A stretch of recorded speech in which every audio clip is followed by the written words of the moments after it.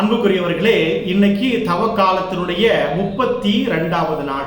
இன்னைக்கு நாம எதை பத்தி தியானிக்க போறோம்னா, துரோகமும் மறுதலிப்பும் மனிதனுடைய பலவீனம். ஆம், இயேசுனுடைய வாழ்க்கையில அவர் பட்ட துன்பங்களில 2 தருணம் தான் மிக கொடிய தருணமாக நான் பார்க்கிறேன். ஒன்னு, யூதாசு இயேசுவை முத்தமிட்டு காட்டி கொடுத்த அந்த நேரம். இன்னொன்னு, பேதுரு இயேசுவை எனக்கு யாருன்னே தெரியாது அப்படின்னு சொல்லி அவரை மறுதலித்த தருணம். இங்க பாருங்க, இவங்க 2 பேரும் யாரு? இயேசுவோடு நெருக்கமாக இருந்தவர்கள். யூதாச நம்பி இயேசுவிடம் இருந்த வரவு செலவு கணக்குகளை எல்லாம் அவரிடம் ஒப்படைத்தார். சீமோன் ராயப்பரன் எங்கு போனாலும் தன்னுடைய சக தோழனாக அழைத்து கொண்டு போனார். 2 பேருடைய வாழ்க்கையிலும் விதி விளையாடியது, சூழ்நிலை மாறியது. யூதாசு 30 வெள்ளிக்காசுக்காக இயேசுவை முத்தமிட்டு காட்டி கொடுக்கிறார். இந்த முத்தம் அன்பின் அடையாளம், இந்த முத்தம் உறவினுடைய அடையாளம்.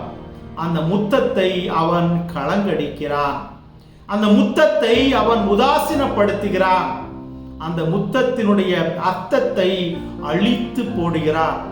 சீமோன் ராயப்பர் இயேசுவோடு நெருங்கி சென்றவர். அவர் சென்றமிடமெல்லாம் இவரும் கூடவே போய் ஒரு உற்ற நண்பனாக இருந்தவர். நீயும் அவரோடு இருந்தவன் தானே என்று கேள்விப்பட்டவுடன் தன்னுடைய உயிருக்கு பயந்து அவரை எனக்கு யாருனே தெரியாது அப்படின்னு சொல்லி ஓடி போய்விடுகிறார். அன்புக்குரியவர்களே, இந்த 2 பேருடைய வாழ்க்கையிலும் சூழ்நிலை ஒரு மாற்றத்தை கொண்டு வந்தது. ஆனால் இவர்களுடைய வாழ்க்கையில நடந்த வித்தியாசம் என்னன்னு பார்த்தீங்கன்னா, நம்ம எல்லோருக்குமே தெரியும். யூதாசு தூக்கம் வராம தன்னுடைய வாழ்க்கையில மிகப்பெரிய தப்பு பண்ணிட்டேனே, காசுக்கு முன்னுரிமை கொடுத்து என்னுடைய ஆண்டவரை நான் காட்டி கொடுத்துட்டேனே அப்படின்னு சொல்லி அவனுடைய மனசாட்சி அவனை குத்தி குத்தி ஒவ்வொரு நாளும் அவனை கொடூரமாக கொலை செய்து கொண்டு இருந்தது. அதனால அவன் ஒரு முடிவெடுக்கிறான், இனிமேல் நான் வாழ்வதில் எந்த ஒரு நியாயமும் கிடையாதுன்னு போய் அவன் தூக்கிட்டு தற்கொலை செய்து கொள்கிறான். ஆனா பாருங்க, இந்த ராயப்பருடைய வாழ்க்கையில அவர் மனம் மாறுகிறார். என் ஆண்டவரை நான் காட்டி கொடுத்து விட்டேனே, என்னுடைய மனசாட்சிக்கு எதிராக நடந்து கொண்டேனே, இனிமேலும் நான் இப்படிப்பட்ட பாவம் செய்யக்கூடாது, அதனால தற்கொலை செய்து கொள்வதால் எந்த நியாயமும் கிடையாது, அதனால நான் இனிமேல் இயேசுவுக்காக வாழுவேன் அப்படின்னு அவரு ஒரு முயற்சி எடுக்கிறார். அவர் சாகும் பொழுது நம்ம பார்க்கிறோம் அன்புக்குரியவர்களே, இயேசுவை போல சிலுவையிலே இவரை அறையிறாங்க. உடனே அவர் சந்தோஷப்படுறாரு. நான் செய்த பாவம் இந்த சிலுவை மரத்திலே அழிந்து போவதாக அப்படின்னு சொல்லி சந்தோஷப்படுறார்.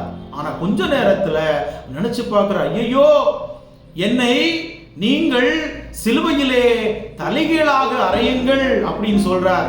திரும்பவும் அடுத்த நேரம் யோசிச்சு பார்த்துட்டு, ஆண்டவருடைய முகம் இருந்த இடத்திலே என்னுடைய கால் இருக்கிறதே, அவருடைய கால் இருந்த இடத்தில் என் முகம் இருக்கிறதே என்று சொல்லி அவர் என்ன பண்றார், அழுது புலம்பி கூப்பாடு போட்டு அந்த இயேசுவுக்கு செய்த பாவத்திற்காக கடவுளிடம் மன்னிப்பு கேட்டு தன்னுடைய கடைசி வரைக்கும் இயேசுவுக்கு சாட்சியாக வாழ்ந்தார். அன்புக்குரியவர்களே, நாம எப்படிப்பட்டவர்களாக இருக்க போறோம்?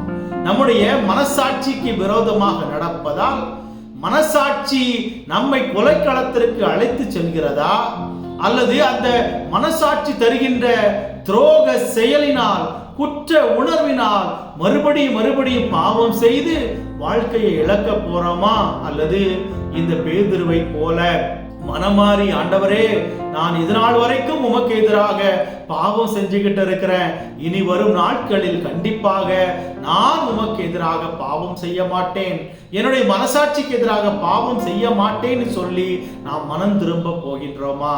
இன்றைய நாளில நம் ஆண்டவர்கிட்ட கேட்போம், ஆண்டவரே, என்னுடைய மனசாட்சிக்கு எதிராக செய்த சின்னம் சிறிய தவறுகளிலிருந்து என்னை நீர் மன்னித்து உம்முடைய அன்பு மகனாக மகளாக ஏற்றுக்கொள்ளும்.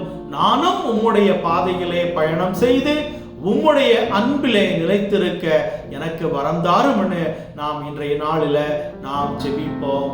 கடவுள் உங்களை நிறைவாக ஆசீர்வதிப்பாராக.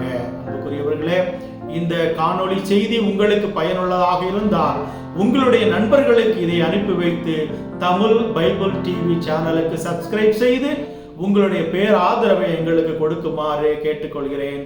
God bless you.